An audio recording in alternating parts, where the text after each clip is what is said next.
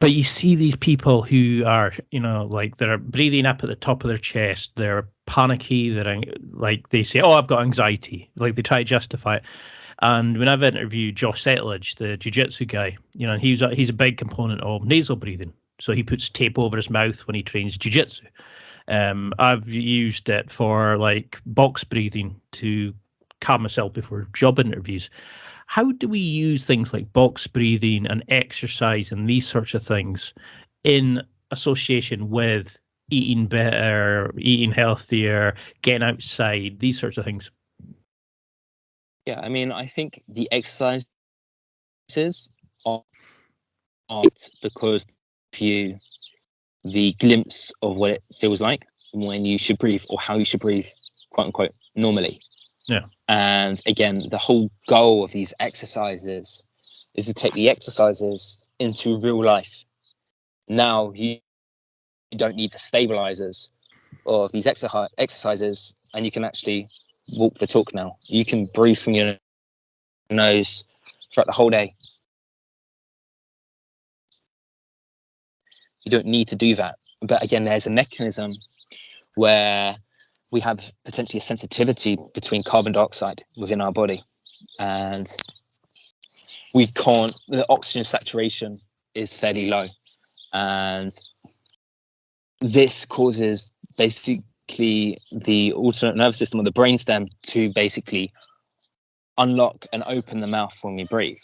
So again, it's just about retraining our whole body with like the light. When I'm outside right now, the light is hitting my skin, it's vasodilating my skin. I'm improving the oxygen flow from endothelial nitric oxide. That in itself is making it easy for my body to not need to breathe as well as someone being indoors like you are right now. Easy for me by using and put my skin in the game. And the same thing with like being in nature. My blood pressure's down, it's dropped 10%. That's easing in my cardiovascular system. And again, like also other things such as not eating late at night, not eating rushed or stressed, actually digesting our food. And again, that's not being diverted into our intestines, digestive system, but allow to our brainstem and allow our blood to actually.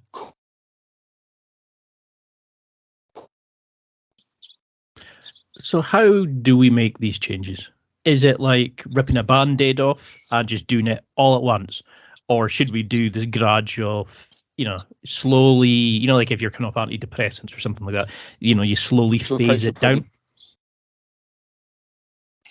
Yeah, I think the gradual approach is best. And again, with mouth tape at night, as an example, when you're sleeping, down the length of mouth tape to get really, really small, really, really small, really, really small. And then obviously you realize you don't really need it anymore. But again, it's going to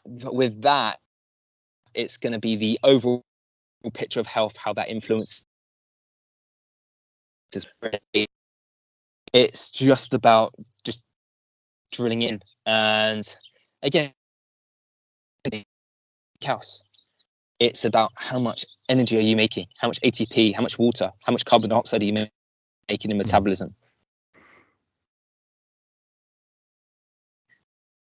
This is all going to affect your breathing biomechanics essentially.